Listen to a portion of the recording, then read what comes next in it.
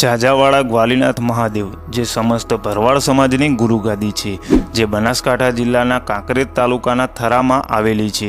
મંદિરની સ્થાપનાની વાત કરીએ તો એક લોકવાયકા મુજબ 5000 વર્ષ પહેલાં શ્રી કૃષ્ણ જ્યારે મથુરા છોડી દ્વારકા જવા નીકળ્યા હતા ત્યારે પ્રનાસા એટલે કે આજની બનાસ નદીના કિનારે રાત્રિ રોકાણ કર્યું હતું, જ્યાં શિવલિંગની સ્થાપના કરી હતી, જેને ગ્વાલીનાથ મહાદેવ નામ આપવામાં આવ્યું હતું। સમય જતાં એક દિવસ ગોકુલ વૃંદાવનના ગોપાલકો, જે તે સમયે ઝાઝાવાળા તરીકે ઓળખાતા હતા, ત્યારે તે લોકો દ્વારકા જવા નીકળે છે। તે સમયે ચાલતા ચાલતા અત્યારે હાલ જ્યાં મંદિર છે ત્યાં તે રાત્રિ રોકાણ કરે છે। ત્યારે ભગવાન શ્રી કૃષ્ણ સ્વપ્નમાં આવી અહીં સ્થાપેલ શિવલિંગની વાત કરી અને અહીં ગોપાલકોને સ્થિર થઈ જવા કહ્યું, તો બીજા જ દિવસે ગાયોના વાડામાં ખોદકામ કરતા શિવલિંગ મળ્યું। ત્યારબાદ ગોપાલકોએ શિવલિંગની સ્થાપના કરી અને રાધા કૃષ્ણનું મંદિર બનાવ્યું અને ત્યાં પ્રાણ પ્રતિષ્ઠા કરાવી અને ત્યાં તે સ્થિર થયા। તે પરથી તે નગરીનું નામ સ્થિરા પડ્યું। ત્યારબાદ તે શબ્દનો અપભ્રંશ થઈ આ નગરીનું નામ થરા પડ્યું।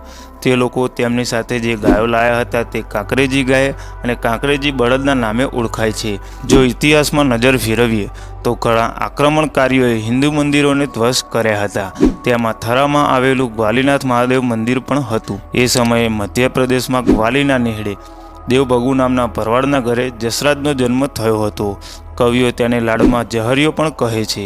એ ખૂબ જ ધર્મપ્રેમી હતા, ત્યારે તેને નક્કી કર્યું કે ખંડિત થયેલા મંદિરનો જીર્ણોદ્ધાર કરાવ્યો છે। ત્યારબાદ તેને ગોપાલકોને ભેગા કરી મધ્યપ્રદેશમાંથી ફરતા ફરતા વઢિયાર અને વઢિયારથી કાંકરેજ પરગણામાં આવે છે।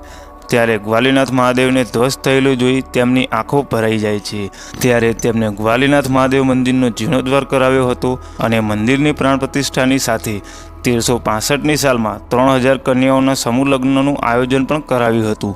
ત્યારબાદ 2023માં પૂજ્ય બેચર બાપા દ્વારા 3001 ભરવાડની દીકરીઓના સમૂહ લગ્ન કરવામાં આવ્યા હતા। ગ્વાલીનાથ મહાદેવ મંદિરમાં અત્યારે હાલમાં મહંત શ્રી ઘનશ્યામપુરી બાપુ બિરાજમાન છે।